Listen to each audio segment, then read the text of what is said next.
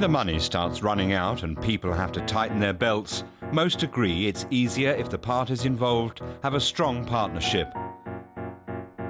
Germany's coalition government should take note. You have to work together and think about where you can save some money, and of course both sides have to agree to cuts. They have to watch each other and make sure that one isn't spending more than the other. Pursue common interests and make sacrifices. Both of them. With confidence, with trust, and solidarity. But those virtues are hard to find in the partnership that currently governs Germany. The Conservatives and the Free Democrats have been arguing for months. Now they have to agree how they're going to manage to save 10 billion euros every year. When the coalition meets in Berlin on Sunday, the goal will be to find cuts and unity. I think all of us agree that the people expect us to give them the feeling that we're structuring the budget in a way that allows us to hope for a stable currency, and that we can meet the challenge that's on the table. And the coalition will do that. The German government's total debt has soared to an incomprehensible 1.7 trillion euros. For too long, it's lived beyond its means. Now, government debt is even threatening European stability.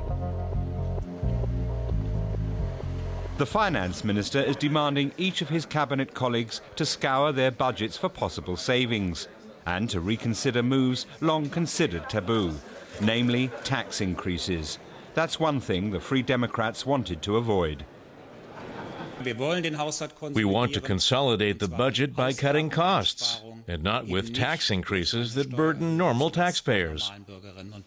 If they were to raise taxes, it would be an almost fatal blow to the FDP. So if they want to increase revenues, I expect them to eliminate existing tax breaks to make it less obvious than a tax increase.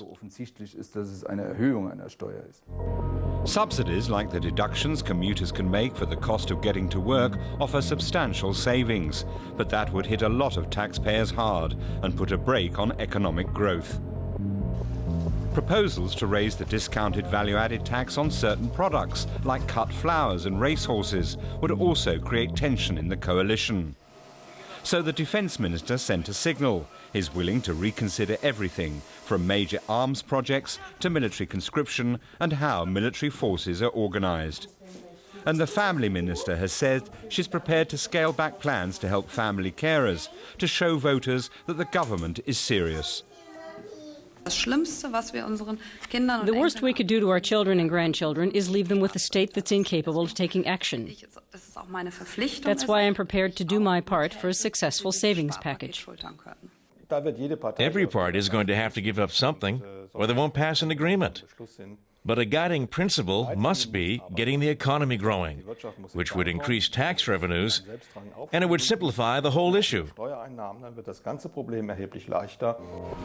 Coalition leaders are under pressure to govern and put party politics and pet projects aside.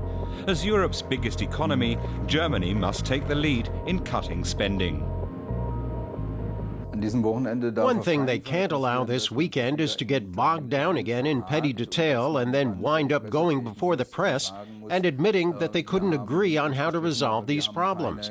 That would be very dangerous for German domestic politics and for its foreign relations. The pressure created by these problems bonds them together. They have no alternative but to get through this crisis and solve it. And if you see it as a politico-economic project, then this problem's going to be it in the coming years. If the government can rise to the challenge and get its spending under control, this crisis could mark a positive turning point for the Conservative Free Democrat coalition.